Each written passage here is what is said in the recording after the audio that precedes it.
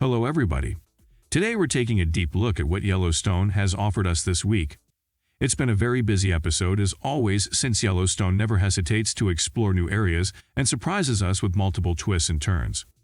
To be honest, we're still under the impact of the episode, since it was a very powerful one. Perhaps it's the best episode of the season so far, as it dealt with the tough issues of heartbreak, betrayal, major life changes, and of course, forgiveness. So, without further ado, let's revisit this amazing piece of the Yellowstone universe, titled Keep the Wolves Close. First and foremost, we have to mention Jimmy and his interesting experiences in 4/6s. At this point, we all know that the only reason why we're watching his story is the fact that the showrunners are trying to provide a solid basis for the upcoming Yellowstone spin-off, 4/6s, which will have Jimmy as its protagonist. So far, we watched him only suffering in Texas, as the ranch life there is way harsher than the one in Montana. Especially for someone like Jimmy, whose dreams are bigger than his knowledge and experience, things are way difficult to overcome. Everyone talked with and warned him about life in 4/6s, and wished him luck in surviving this difficult game. Nevertheless, for the first time in this plotline, this episode saw a glimpse of hope for Jimmy. At first, Jimmy had to deal with yet another dirty face of the ranch life and was traumatized by his experience.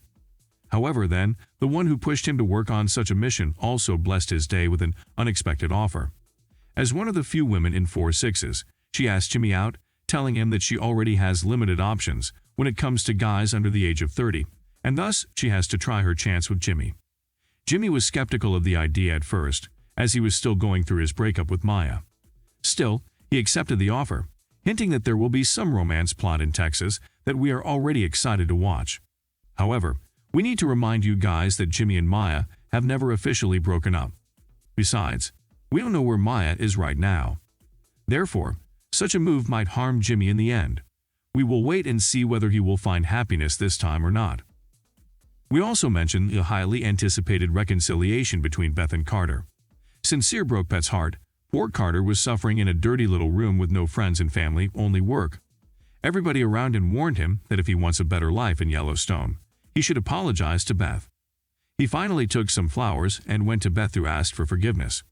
It was a heartbreaking scene since it was clear that Carter has been holding so many things back for all this time. He cried, expressed his emotions, and let Beth know that he needs her. Beth was compassionate for once and forgave the poor boy. This means that the miserable days of Carter seem to be over. Throughout the episode, we watched Beth, Rip, and Carter being a family again, and this time they seemed very functional, which is interesting to say the least. In the last episode, Carter expressed that he wants to be like John.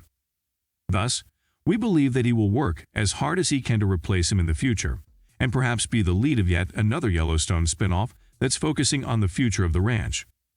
Beth also faced the fact that her new employer, Market Equities, is posing a danger to not only Yellowstone, but also the entirety of Montana with this airport project. She was shocked by the move, as she wasn't expecting the company to go this far. And yet, her hands were tied since she had to work for the company now and thus cannot prefer her loyalty to Montana over it. Still, she found a solution. Finding Summer Higgins protesting of her brand, she let her know that the key to the problems in the world is the companies like Market Equities, and to make a difference, one should play big with a well-thought strategy. Summer got the message quickly and already started to think about what to do to defeat this evil plan. Casey, on the other hand, was in the business of finding the stolen horses of the last episode. While he was enjoying his happily ever after with Monica and Tate in their new house, it was clear that the girl whose horses were stolen was keeping Monica's mind busy for a time. She sensed the girl's interest in Casey and warned him about the issue. Casey seemed indifferent, but he was also aware of the danger in front of him. We call it a danger because it has been like 5 minutes since he figured things out in his marriage.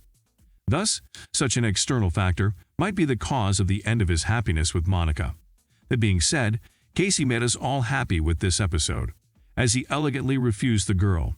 She came up to Casey and confessed her love, saying that it's love at first sight. Casey was very mature in face of such a confession, and told her that he is married and is only in love with his life.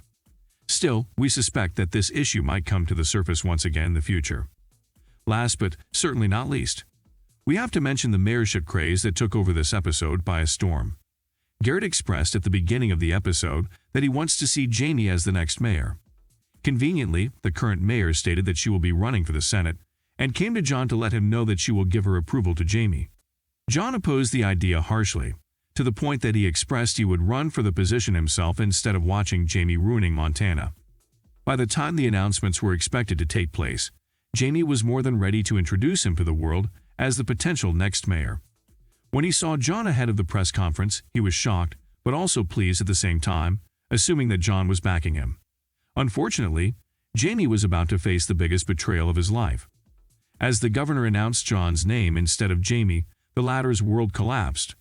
Beth was there to celebrate the fall of Jamie, of course, letting him know that this is only the beginning. What do you think of Keep the Wolves Close?